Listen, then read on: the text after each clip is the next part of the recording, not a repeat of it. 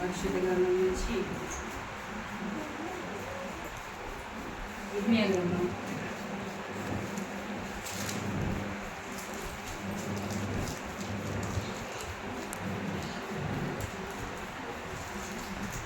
29వ అధ్యాయం.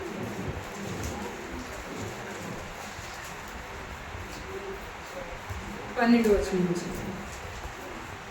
29:12. మీరు నాకు మొరపెట్టుదురేని మీరు నాకు మొరపెట్టుదురేని మీరు నాకు ప్రార్థన చేయించు వత్తురేని నేను మీ మనవి ఆలకింతును నేను మీ మనవి ఆలకింతును. మీరు నన్ను వెతికిన ఎడ్ల పూర్ణ మనసుతో నన్ను గూర్చి విచారణ చేయనెడ్ల మీరు నన్ను కనుగొందురు. హల్లెలూయా హల్లెలూయా హల్లెలూయా. నన్ను నేను మీకు కనపరుచుకొందును. ఇదే యెహోవా వాక్కు. హల్లెలూయా హల్లెలూయా. ఇక్కడ యెహోవా దేవుడు మాట్లాడుతూ అంటున్నాడు కదా, మీరు నాకు మొరపెట్టుదురని, మీరు నాకు ప్రార్థన చేసి వద్దురని నేను మీ మనవి ఆలకింతును. హల్లెలూయా హల్లెలూయా హల్లెలూయా. ఏమో దేవుడు ఏం చెప్తున్నాడు?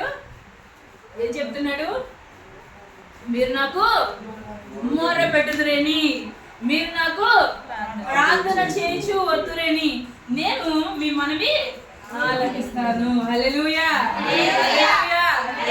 ధన్యకరమైన వాగ్దానం ఇది. దేవుడిచ్చిన వాగ్దానాల్లో ఎంత ధన్యకరమైన వాగ్దానం ఇది. ఎందుకంటే మీరు నాకు మొరపెడితే నేను మీకు ఉత్తరం ఇస్తాను అంటున్నాడు. ఏ దేవుడు చెప్పగలడు ఈ మాట?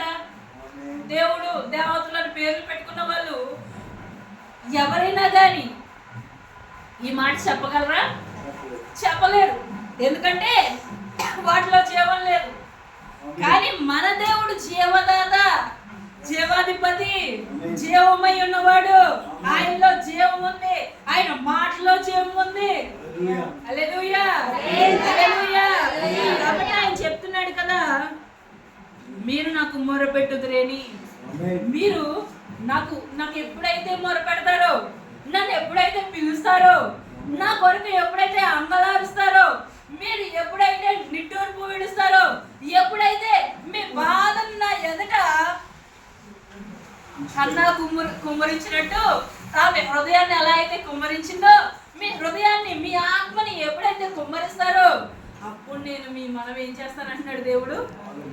ఆలకిస్తాను అంటున్నాడు. అంటే దేవుడు ఆలకించడానికి సిద్ధంగా ఉన్నాడు.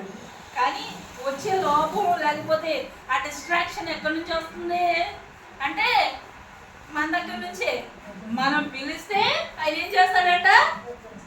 ఏం చేస్తాడు? ఉత్తరం ఇస్తాడు. మరి ఎక్కడ పిలుస్తున్నాం?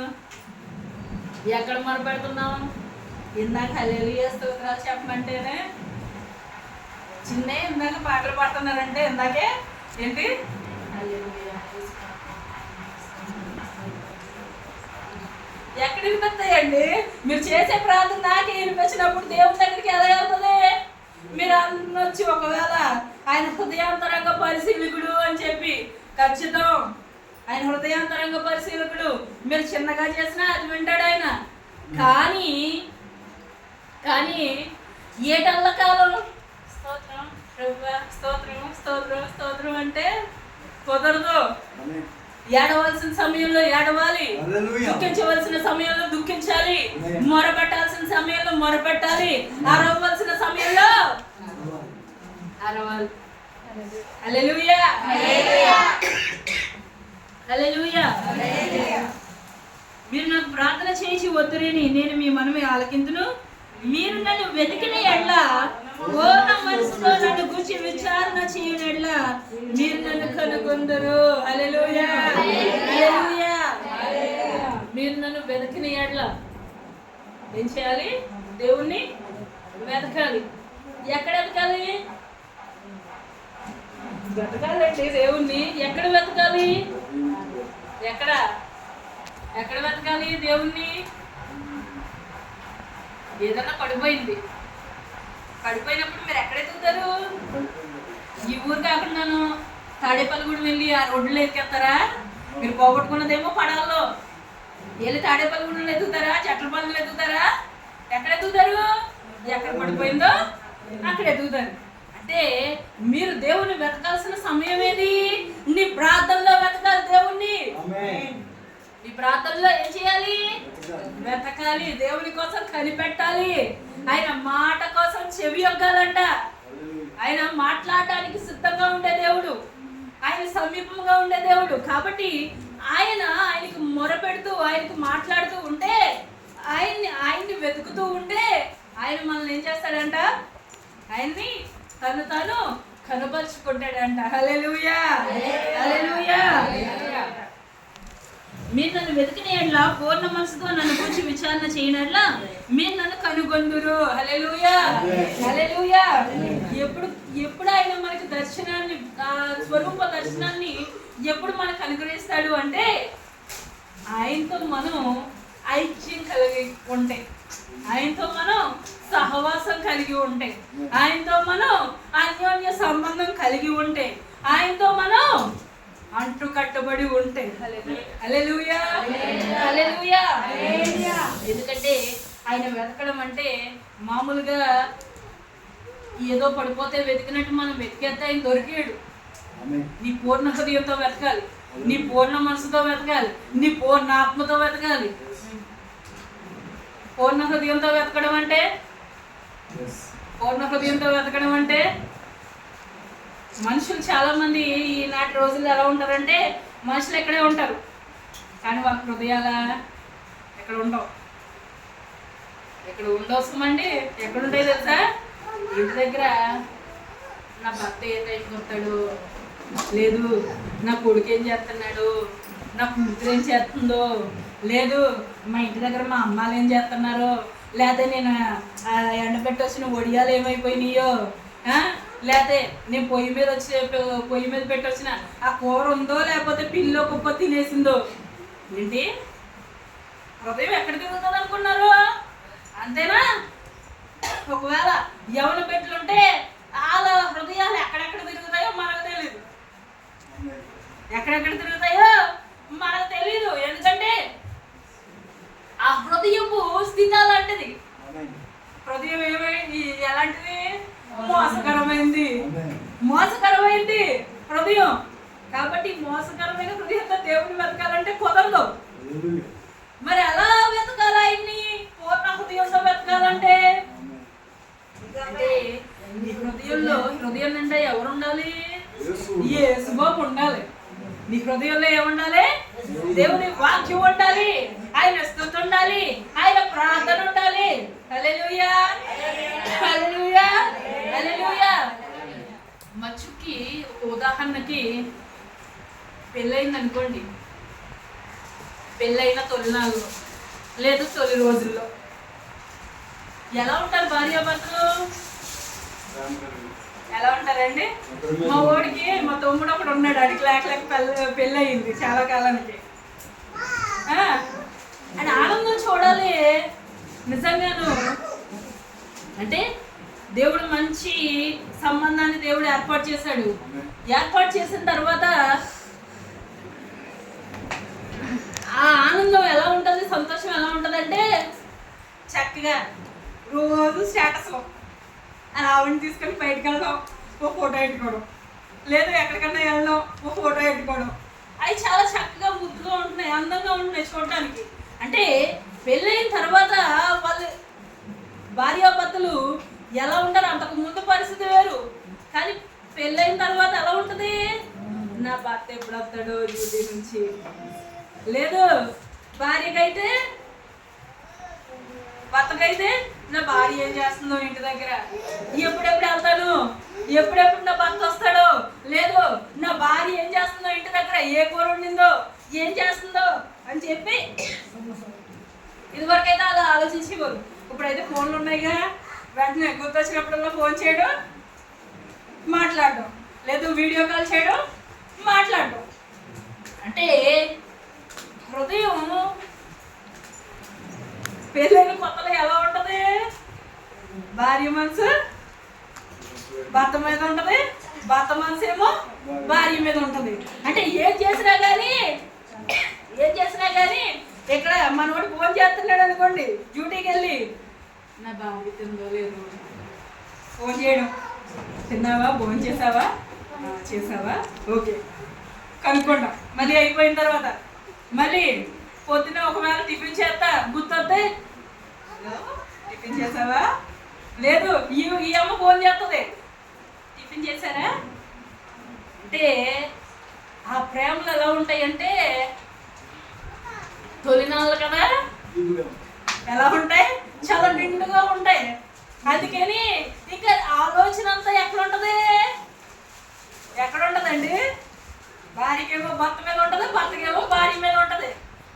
అవునా? పెళ్ళైన కొన్ని సంవత్సరాలకి, కొంతకాలం, కొన్ని సంవత్సరాలు జరిగిన తర్వాత ఇంకా వెళ్ళలేదా ఆఫీస్కి? ఈవిడ అడుగుతుంది. ఆయన చిచ్చి ఇంటికి వెళ్ళాల్సి వస్తుందిరా బాబు అని ఆయన అంటాడు. అంటే లోకంలో తీరుతనులు అలా ఉన్నాయి ప్రియమైన వాళ్ళారా. అంటే హృదయం ఎలా ఉంటుందంటే మనం ఏదైనా కొత్త దాంతో మనం నింపేసుకున్నప్పుడు ఆ హృదయం అంతా దేని మీద ఉంటుంది? ఇంకా ఆ వ్యాపకాల మీదే ఉంటాయి. ఎవరన్నా ప్రేమించుకున్నారనుకోండి, ప్రియుడు ప్రియురాలు, ఈ మధ్య అన్ని కమర్షియల్ అయిపోయినాయి, లేకపోతే అన్ని హత్యాయుధాలు అయిపోతున్నాయి మొత్తం. ఏంటి మొన్న ఓ సన్నివేశం చెప్పింది, సెల్ఫీ దిగుదామని చెప్పి నది ఒడ్డుకి తీసుకెళ్ళిందంట. తీసుకెళ్ళి సెల్ఫీ దిగుదామంటే మనోడు ఎగేసుకుంటే వెళ్ళాడంట. పెళ్ళైన కొత్త కదా, తీరా చూస్తే ఏం చేసిందంటే ఆవిడ అని నదిలో గెంటేసిందంట. ఫోటో దిగుదాం రమ్మని చెప్పి తీసుకెళ్ళి నదిలో గెంటేసిందంట. ఆడు బెక్క చచ్చిపోయి కూర్చున్నాడంట. ఎవరో కాపాడి మొత్తానికి అన్ని బయటికి తెస్తే ఏంటి పరిస్థితులు? సమాజం ఎలా ఉందో చూడండి. ప్రతిదీ ప్రియుడి కోసం అతను చంపాడు. ఈ ఎక్కువైపోయినాయి మొత్తం లోకంలో. కానీ ఈ ప్రేమలు శాశ్వతం కాదు, శాశ్వతం కాదు. ఎందుకంటే హృదయం ఏంటి? హృదయం ఏంటండి? మోసకరమైనది, ఘోరమైన వ్యాధి కలది. ఏంటి? అత్యంత ఘోరమైన వ్యాధి కలదంట, మామూలు కూడా కాదు. మరి అటువంటి నీచమైన హృదయంతో దేవుని వెతకగలమా? మనం దేవుని కనుగొనగలమా? ఎందుకంటే ఈ హృదయం నుంచి ఏమొస్తాయి? చెడుతనం అంతా హృదయం నుంచి వస్తుందంట. చెడు ఆలోచనలు, చెడు బుద్ధులు, చెడు ఉద్దేశాలు, చెడు తలంపులు, ప్రతిదీ ఎక్కడి నుంచి వస్తుంది? హృదయం. అందుకే హృదయాన్ని ఏమన్నాడు? మోసకరమైంది, అది ఘోరమైన వ్యాధి కలది. ఇంకో పక్కన ఇంకా కొన్ని జైలు తిప్పేసరికి అక్కడ 17వ జైల్లోనే మా ఉంది. సరే అని చెప్పి కొంచెం ఎదురుకు వచ్చేసరికి నీ పూర్ణ మనసుతో, నీ పూర్ణ హృదయంతో నీ దేవుణ్ణి సేవించాలి, నువ్వు వెతకాలి, అప్పుడు ఆయన కనుగొంటావంటే ఈ మోసకరమైన హృదయం ఆ పరిశుద్ధుడైన దేవుణ్ణి ఎలా కనుగొంటది? లేదు.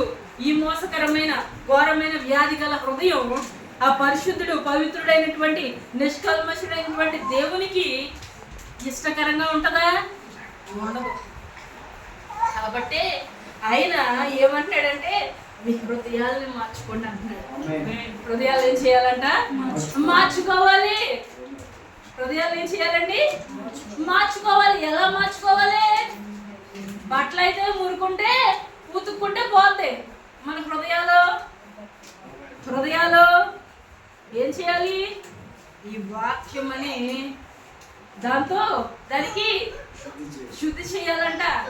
వాక్యంతో ఏం చేయాలి? హృదయాన్ని కడగాలి. ప్రార్థనతో హృదయాన్ని కడగాలి. అప్పుడు ఆయన దగ్గర ఆయనకి పవిత్రంగా, నూతనంగా ఆయన దృష్టికి వెళ్తాం. మన హృదయం అప్పుడు నూతన పరచబడుతుంది. అంతేగాని దేవుని వెతికేయాలి అంటే ఈ హృదయంతో, మోసకరమైన హృదయంతో ఆయన కనిపిస్తాడు అంటే ఆయన ప్రేమమయుడు కానీ పాపాలను ఒప్పుకొనివాడు. ఆయన కృపగలవాడు కానీ పాపాన్ని హత్తుకునే దేవుడు కాదాయన.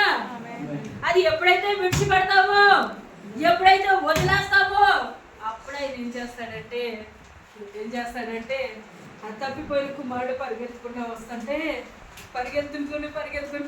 వస్తుంటే నా తండ్రి నన్ను ఒప్పుకుంటాడో లేదో ఒక విషయం,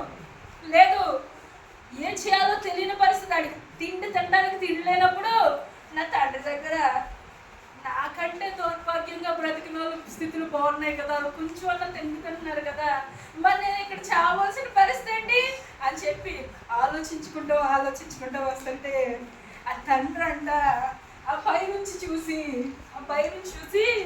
నా కుమారుడు వస్తున్నాడు, ఈయన నా కుమారుడా కాదా అని పరీక్షించడానికి తన దగ్గర పరీక్షేసే సేవకులను పంపించలే తండ్రి. ఏం చేశాడంట తండ్రి? పరుగున వచ్చాడంట. వచ్చి అతని మెడ మీద పడి ముద్దు పెట్టుకున్నాడంట. ఆడ కొన్ని రోజుల నుంచి స్నానం చేయలేదు, వాసన వచ్చేస్తుంది, కొమ్మ వచ్చేస్తుంది, కానీ ఆ తండ్రి దృష్టికి ఆ కొమ్మ కనిపించలే.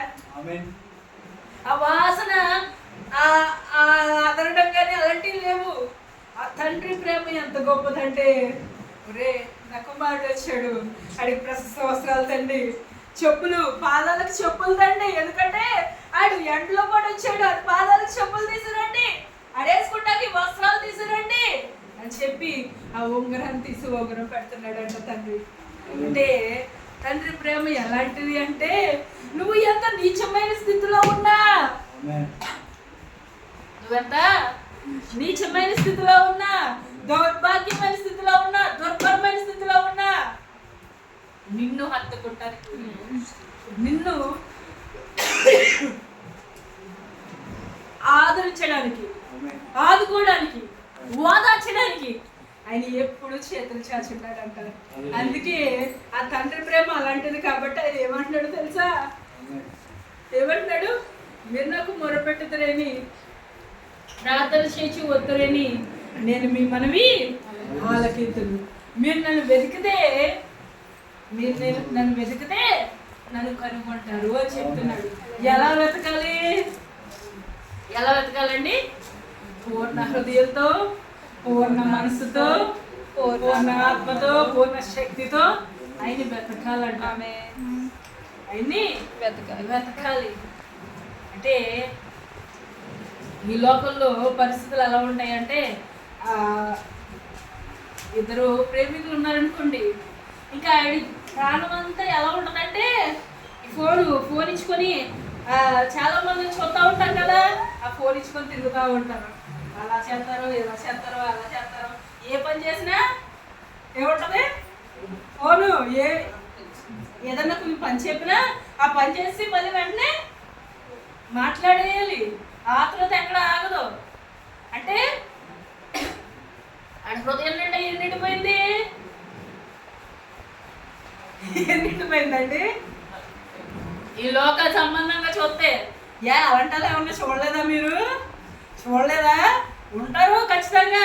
ఇక ఏం చేసినా ఆడికి తిన్నావా? సరే, మళ్ళీ కొంచెంసేపటికి ఏదో గుర్తొస్తుంది.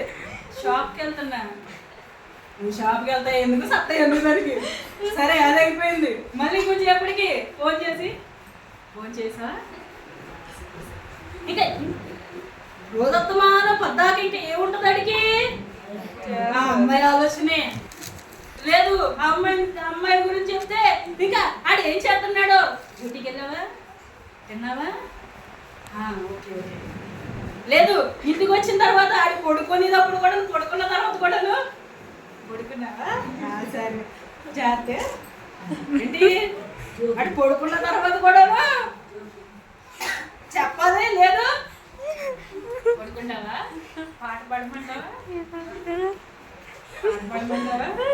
లేదు, నేను నువ్వు పాట పాడతావా? నేను వింటాను, పడుకుంటాను. అంటే రోజులు అలాగే ఉన్నాయండి. ప్రాక్టికల్ గా చెప్తున్నాను మీకు నేను. ఏంటి ఆడి ఇంకా పొద్దున్న నుంచి తెల్లారు మొదలెట్టి రాత్రి అయ్యేంత వరకు ఇంకేంటంటే, తిన్నావా, పడుకున్నావా, ఇంకా తిన్నావా? లేదు, మీ నాన్న ఏం చేస్తున్నాడు, మీ అమ్మ ఏం చేస్తుంది, మీ అక్క ఏం చేస్తుంది, మీ తొక్క ఏం చేస్తుంది, ఇంకా కుక్క పిల్ల ఏం చేస్తుంది. అంటే ఈ లోకంలో ప్రేమలే ఎలా ఉన్నాయి?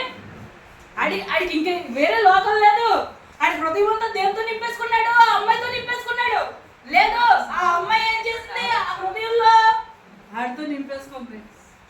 లోకంలో ఉన్న ప్రేమలే ఎలా ఉంటే మరి మన పరలోకపు తండ్రి ప్రేమ మన పరలోకపు తండ్రి ప్రేమ అది ఎంతకాలం ఉంటుంది అంటే ఒకటే, ఆ ప్రేమ చచ్చిపోయేంత వరకు. లేదు ఆ ప్రేమ బలమైంది అనుకోండి, పెళ్ళి అయ్యేంత వరకు. పెళ్ళి అయిన తర్వాత అప్పుడు ఒరిజినాలిటీలు బయటకు వచ్చేస్తాయి. వచ్చేసిన తర్వాత అప్పుడు కొంతకాలం బాగానే ఉంటారు, తర్వాతకి అప్పుడు మొదలవుతాయి మొత్తం. అప్పుడు దాకా ఏమండి ఎరా లేట్ అయిందే, రోజులు ఎలా మారిపోతా ఉంటాయి ఇలాగా. మరి లోకల్లో ఉన్న ప్రేమలోనే ఆడిపోతుందమ్మా ఫోన్ ఇచ్చుకొని రాత్రి అయ్యేంత వరకు ఇంకా గడుపుతూనే ఉంటే మరి అంటే హృదయాన్ని నింపుకోవాలంటే లోకంలో ఉన్న స్థితిగతులే ఎలా ఉంటే మనం నింపుకోలేమా? తండ్రి ప్రేమతో, దేవుని వాక్యంతో మనం నింపుకోలేమా? ఆయన ప్రార్థనతో మన హృదయాలు నింపుకోలేమా? నింపుకోవాలి. ఎందుకంటే ఈ హృదయంలో వాక్యం ఉందనుకోండి, మనం బయటకు వెళ్తున్నాం, పని మీద బయటకు వెళ్తున్నాం. ఇది వరకు ఏదన్నా పిల్లో ఏదన్నా వస్తే అయ్యి బాబోయ్ నల్ల పిల్లలు వచ్చేసింది, శకునం బాగాలేదని చెప్పి వెనక్కి వెళ్ళిపోయే రోజులు. ఇప్పుడు నీ మారిన జీవితంలో ఎలా ఉంది అంటే పిల్లే కదా అని చెప్పి మంచిగా ఎదురొచ్చా, వెరీ గుడ్ అని చెప్పి వెళ్ళాలి. లేదు ఈ లోకం తీరుతలతో పాటు అయ్యో నువ్వు బాప్తిసం పొందిన తర్వాత కూడా అయ్యో పిల్లి ఎదురొచ్చిందండి అని చెప్పి వెనక్కి వెళ్తే వెనకాల నక్క ఉంటుంది లేదా కుక్క ఉంటుంది, పెక్కచ్చుకుని లాగేసింది అనుకోండి, ఏం చేయలేం. అంటే ఇంకా మార్పు చెందిన స్థితి అయితే ఉపయోగం లేదు. కాబట్టి దేవునికి ఏం కావాలి? మారిన హృదయం కావాలి. ఆ మారాలి అంటే హృదయాన్ని దేంతో నింపుకోవాలి? వాక్యంతో నింపుకోవాలి. ఎందుకంటే పడకల మీద ఉండగా ఆయన వాక్యాన్ని ధ్యానించుకొని ఊరుకోవాలంట. అంతేగాని రేపు ఏమైపోద్దో, రేపు దాని సంగతిలో చూసుకుంటది. ఏనాటికి కనాటికి చాలు, మళ్ళీ రేపు ఏమవుతాయో ఎల్లుండి ఏమవుతాయో ఐహిక విషయాలు. హల్లెలూయా. కాబట్టి ప్రియమైన వాళ్ళారా, దేవుని వెతకాలి అంటే మన దగ్గర ఎలా ఉండాలి? మన హృదయం పూర్ణ హృదయం, పూర్ణ మనసు. అంటే మన ఆలోచన కూడా ఎవరి మీద ఉండాలి? మన పనులు మనం చేసుకోవాలి, కానీ మన ఆలోచన స్థితి ఎలా ఉండాలి? దేవుని ఆధారం చేసుకుని ఉండాలి. పనికి వెళ్తామండి, పనికి వెళ్ళినప్పుడు ఎవరో కొబ్బరికాయ కొడతారు, వాళ్ళు ఎవరో కొబ్బరికాయ కొట్టమంటారు. కొబ్బరికాయ కొట్టమని కానీ తీసుకుని కొట్టేస్తే నీకు వాళ్ళకి తేడా ఏముంది? ఏం చేయాలి? అమ్మా నా వల్ల కాదు, నేను చేయలేను అలాగా అని చెప్పి తిరస్కరించాలి. లేదు వాళ్ళు ఒప్పుకుంటారు, ఎందుకంటే సరేనమ్మా నీకు ఇష్టం లేకపోతే వదిలే అని చెప్తారు. లేదు వాళ్ళు ఇవ్వకుండానే నేను పడతానండి అని వెళ్ళాం అనుకోండి, అది క్రైస్తవ్యమా? దేవుని ప్రేమించడం అది కాదు. అంటే దేవునికి ఇష్టానుసారంగా బ్రతకడం అంటే మన చిన్న లోపాలు కూడా దేవుడు చూస్తూ ఉంటాడు. మనం అనుకుంటాం హత్య, వ్యభిచారం, దొంగతనం, త్రాగడం, ఇంకేమున్నాయి, ఈ ఘోరమైన పాపాల దృష్టిలో మనం చేర్చేస్తాం. హత్య, వ్యభిచారం, దొంగతనం, త్రాగడం, ఇంకా తిరగడం, ఈ అన్నిటిని ఏం చేస్తాం? ఘోరమైన పాపాలుగా చూస్తాం. కానీ దేవుడు నీ దగ్గర చూసే ఘోరమైన పాపాలు ఏంటో తెలుసా? నీకు ప్రాణం ఇచ్చి రోజంతా నిన్ను నడిపిస్తూ, ప్రతి రోజు ఇన్ని సంవత్సరాలు నిన్ను నడిపిస్తూ నీకు తోడుగా ఉన్న దేవుణ్ణి యేసయ్యా నీకు వందనాలు తండ్రి అని చెప్పి అందరికలాగాను ఫోటో ఉంటే ఫోటోకి దండం పెట్టేసి వెళ్ళిపోయావనుకో, అది చేసే పాపం, నువ్వు చేసే పాపం. లేదు అంటే ఒక 5 నిమిషాల ప్రార్థన కూడా నీ జీవితంలో లేకపోతే అది ఘోరమైన పాపం కింద చూస్తాడు. విశ్వాసం లేదా నీకు? ఏ విషయంలో అన్నా సందేహపడుతున్నావా? ఆ దేవుని దృష్టి ఘోరమైన పాపం అంట. నీకు సహాయం చేసే స్థాయి ఉంది, స్థితి ఉంది, కానీ ఆడు పగోడు లేదు, ఆవిడకి మనకి పడదు కాబట్టి మనం మొక్కలు తిప్పుకొని వెళ్ళిపోయామనుకోండి, అది దేవుని దృష్టిలో ఘోరమైన పాపం. లేదు, కొంతమందికి కోపం ఎలా అవుతుందంటే గుస్సుమని ఎగుతుంది. కాసుమని ఎలా ఎగుతుందండి? కాసుమని ఎలా అవుతుంది? ఇలా వచ్చి నెమ్మదిగాను ఇలా సొగసుగా, లేకపోతే అలా ఇలా వచ్చి మీ దగ్గర నాట్యం ఆడుతుంది. అది దాన్ని చూడడమే వణుకొచ్చేది మనకి. దాన్ని చూడడమే వణుకొచ్చేది. ఎంత స్పీడ్గా రియాక్ట్ అవుతుంది అది.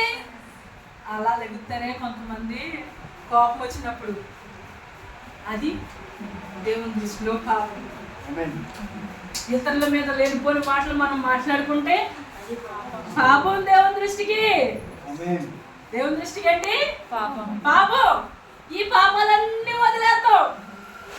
అమ్మా, ఆదివారం ఆరాధనకి రాకపోతే పాపం. మరి మీరు రావట్లేదే అంటారేమో. కొన్నిసార్లు ఆటోలు ఉండవు, కొన్నిసార్లు పరిస్థితులు ఉండవు, కానీ ఇంటి దగ్గర కూర్చొని ప్రార్థన చేసుకుంటే దేవుడు దృష్టిస్తాడా? దృష్టించడా? దృష్టిస్తాడు. మరి ఇన్ని పాపాలన్నీ ఎట్టేసుకుని ఎవరో అంటే అటు చూసి వీడు పలానా వాడు, వీడు ఎంత పాపం చేశాడు, లేకపోతే అంత పాపం చేసిందంటే ముందు దేవుడు ఏం చేస్తాడంటే అసలు ఈవిడ బుక్ ఓపెన్ చేయడు. ముందు ఆవిడ సంగతి సరే, ముందు ఈ అన్న ఆవిడ బుక్ ఓపెన్ చేయండి అంటే ఎక్కడ నోళ్ళంట. ప్రార్థన ఉండదు, విశ్వాసం ఉండదు, వాక్యం చదవడం ఉండదు, ప్రార్థనకి వెళ్ళడం ఉండదు, ఏమీ లేదు అక్కడ. దాని సంగతి తర్వాత ముందు ఈవిడ నట్టుకుంటారా అంటారు దేవుడు. అంటే మనం చేసే పాప క్రియలన్నీ మన దృష్టికి ఎలా ఉంటాయి? చిన్నయే, చిన్న అబద్ధమే. అబద్ధం చిన్నదే, సోమరితనం చిన్నదే, తిండిపోతులు. నేను వేరుగా చెప్పట్లే. తిండిపోతులు అంట, అది పాపం అంట. బిల్లీ గ్రాహం గారు రాస్తావు పుస్తకంలో, దేవసండ అయినటువంటి బిల్లీ గ్రాహం గారు సులువుగా చిక్కులు పెట్టి 7 పాపాలని రాశాడు. దాంట్లో కోపం, అసూయ, ద్వేషం, లాస్ట్ లో వచ్చేసరికి సోమరితనం, ఆ తర్వాత వచ్చేసరికి తిండిపోతాడు. తిండిపోతా కూడా పాపమేనంట. అంటే తిండి ఇచ్చేస్తే ఎంత పడితే అంత తినేసి నువ్వు సోమరిలో పడుకుంటే ప్రార్థన ఎవడు చేస్తాడు? దేవునికి స్తుతులు ఎవడు చెల్లిస్తాడు? హల్లెలూయా, హల్లెలూయా, హల్లెలూయా. కాబట్టి ఈ పాపంతో నిండినటువంటి హృదయాన్ని తీసుకెళ్ళి మనం ఏం చేయాలంట? దేవుని దగ్గర పెడితే ఆయన మన హృదయాన్ని నూతన పరుస్తాడంట. నేను నీకు నూతన హృదయాన్ని ఇస్తాను, నీకు కొత్త గుండెని ఇస్తాను, రాతి హృదయాన్ని నుంచి తీసివేసి మాంసపు హృదయాన్ని ఇస్తానంటున్నాడు దేవుడు. అప్పుడు ఆ హృదయం వచ్చిన తర్వాత, ఆ నూతనత్వాన్ని సంతరించుకున్న తర్వాత, క్రీస్తులో ఎదిగిన తర్వాత, క్రీస్తులో మనం ఎవరో నూతన సృష్టి, నూతనంగా ఏర్పాటు చేయబడ్డ వాళ్ళం, బ్రతికిన వాళ్ళం. ఆ నూతనత్వంతో దేవుని ఎదుర్కొంటే అప్పుడైనా మనకి ఏం చేస్తాడంట? ఏం చేస్తాడండి? కనిపిస్తాడు, వెతికితే ఆయన దొరుకుతాడు. మోషేకి ఆ బండ సందులో మోషేని దాచి ఆయన హస్తంతో దాచాడంట. మోషేని దాచి, మోషే నరుడెవడు దేవుని ముఖాన్ని చూసి ఎవడు బ్రతకడు, కాబట్టి నువ్వు అడిగింది నేను తీరుస్తా, నా వెనుక పార్శ్వాన్ని మాత్రం నువ్వు చూస్తావు అన్నాడు మోషే దేవుడు. అంటే మనిషికి అంత ధన్యతనిచ్చాడు. అందుకే కీర్తనగాడు అంటాడు కదా, నువ్వు మనిషిని జ్ఞాపకం చేసుకుంటాక వాడు ఏ పాటి వాడు, వాడు జీవం ఏ పాటిది అని అడుగుతున్నాడు. ఉపయోగం లేని వారం మనం, కానీ ఆయన ప్రేమకు నోచుకున్నవారు ధన్యుల్ని చేశాడు. ఆయన ఏంటంటే అన్యుల స్థితిలో నుంచి తీసేసి ధన్యుల స్థితిలో ఉంచాడంట. ధన్యకరమైన జీవితాలు ఇచ్చాడంట. కాబట్టి ఆయనకి ప్రార్థన చేస్తూ వస్తే, ఆయనకు మొరపెడుతూ వస్తే, ఆయన పూర్ణ హృదయంతో, పూర్ణాత్మతో, పూర్ణ శక్తితో, పూర్ణ బలంతో, పూర్ణ మనసుతో ఆయన్ని ఆరాధిస్తే, ఆయన వెతికితే ఆయన ఏం చేస్తాడు? మనకి ఏం చేస్తాడు? దొరుకుతాడు. హల్లెలూయా, హల్లెలూయా, హల్లెలూయా. కొద్ది మాటలు దీవించును గాక. ఆమేన్.